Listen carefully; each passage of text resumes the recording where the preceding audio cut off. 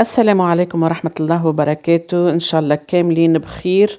اليوم الروسيت متاعنا كما تشوفوا البولو يشهي يشهي يشهي، وفيه هيك القرمشة اللي نحبها أنا، اللي يحبها أقل يعملها أقل تياب.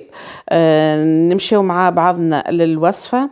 عنا جلجلين الأحمر، كما تحبوا تستعملوا الأبيض عادي.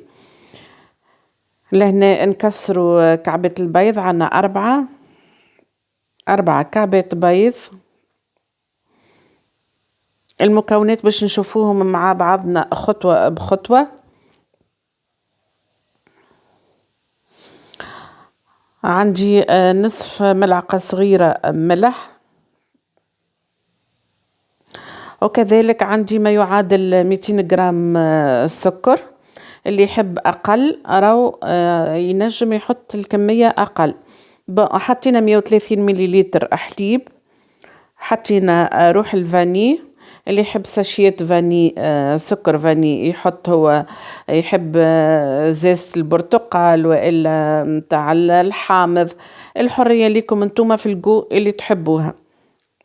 ونخلط المكونات متاعي بالكدا بالكدا اللي نحس السكر بدا يقل، يعني يذوب. في المرحلة هذه باش نحط 180 مليلتر زيت، يعني الكاس هذاك كان لاحظته أنا خليت منه بالعاني باش بعد نلم بها العجينة، ونقعد نخلطهم، لازم تتجانس كلها مع بعضها. لهنا كما تشوفوا عندي باكو فرينة غربلته، لازم نغربلو الفرينة متاعنا، وزوز ساشيات خميرة متاع جاتو. الحقيقة أنا ما نغربلهاش الخميرة، اللي يحب يغربلها مع الفرينة ما فما حتى مشكل.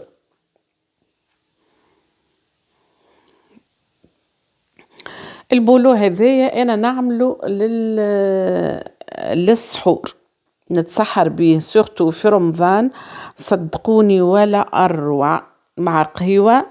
ما نحكي لكمش نودكم ولا نشهيكم، واللي يحب يعمل الروسات ويجرب ويتفكرني بالخير.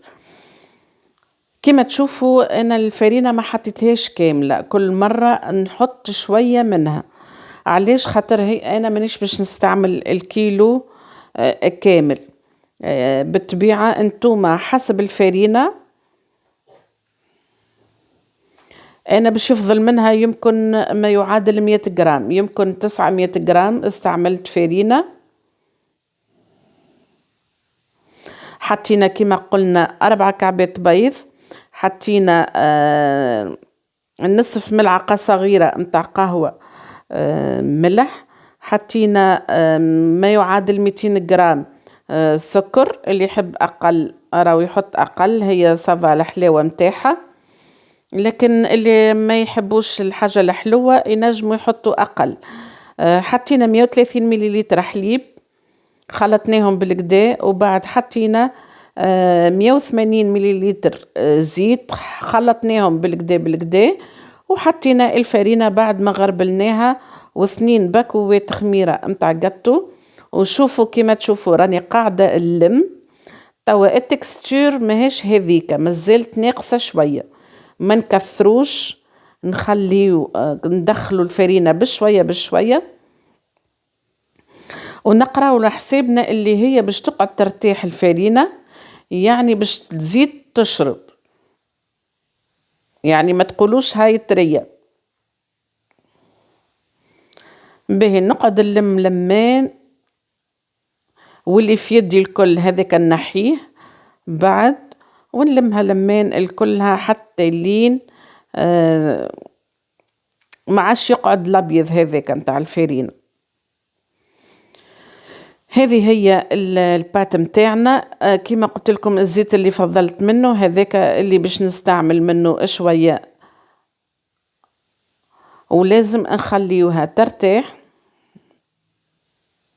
ميسالش راهي كي تتلصق في اليد عادي. هذه البات متاعنا،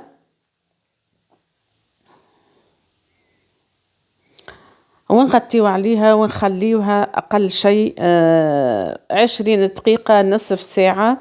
كما تشوفوا الفرينة اللي فضلت يمكن 100 جرام.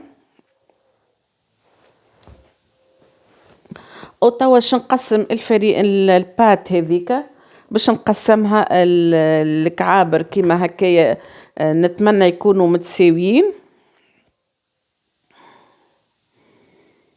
وكل كعبورة نحطها بجنب أختها.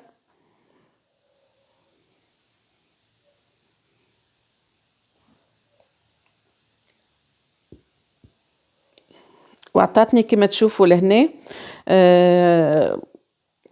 ما يعادل 6 كعابر. توا نبدأ نرتب فيها هكاكا بيدي، وبعد نبدأ نحلها ونصب الجلجلين متاعي. كما تحبوا تستعملوا الجلجلين الأحمر وإلا الجلجلين الأبيض، الحرية ليكم. وبالطبيعة الجو اللي تحبوا عليه تقدروا تحطوه. وإذا وصلتوا معايا لهنا في الروسيت، ما تنساوش اللايك والبارتاج والضغط على الجرس باش يوصلكم كل جديد. ويا ريت تتركوا لي تعليق، يعني نفرح راهو بتعليقاتكم وبلايكاتكم، هذوكم هما اللي يشجعوني على مواصلة العمل.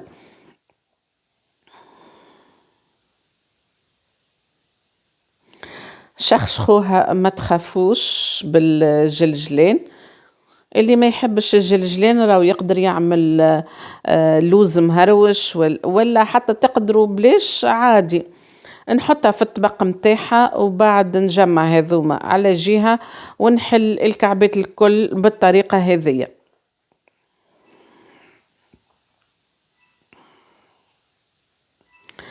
وفي الوقيت هذايا ما ننساوش ذكر الله والصلاة على رسول الله. اللهم صل وسلم وبارك على سيدنا محمد وعلى آله وصحبه أجمعين.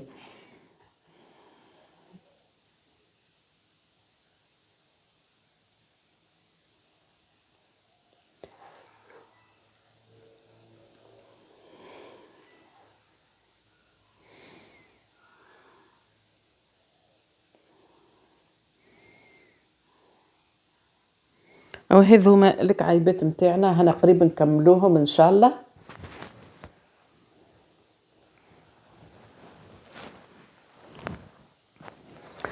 تنجموا الروسيت هذية تعملوها 3 مرات في رمضان، يعني خاطر هو يعطي كونتيتي.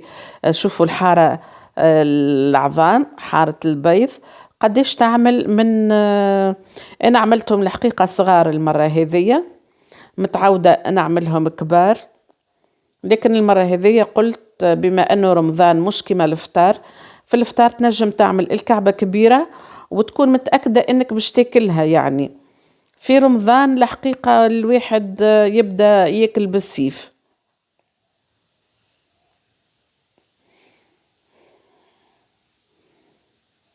ونعملوها بالجلجلين من الفوق ومن اللوطة كما تشوفوهم بالطريقة هذه، ونرصفوهم في الطبق متاعنا، ندخلوهم للفور على 180 درجة من اللوطة، وبعد نشعلوا عليهم من الفوق. أنا حبيتهم في الكولور هذايا، اللي يحب أقل يستعمل أقل، خاطر نحبهم اللي مقرمشين شوية. أنا شوفوا ما شاء الله الحقيقة روعة روعة روعة جاو. وتوا باش نقصوهم، انا مانيش باش نقصهم الكل، جيس باش نقص واحدة معاكم باش تشوفوها كيفاش، والبقية باش نخليهم نلفهم ونخليهم، وكل مرة نجبد كعبة نستعملها.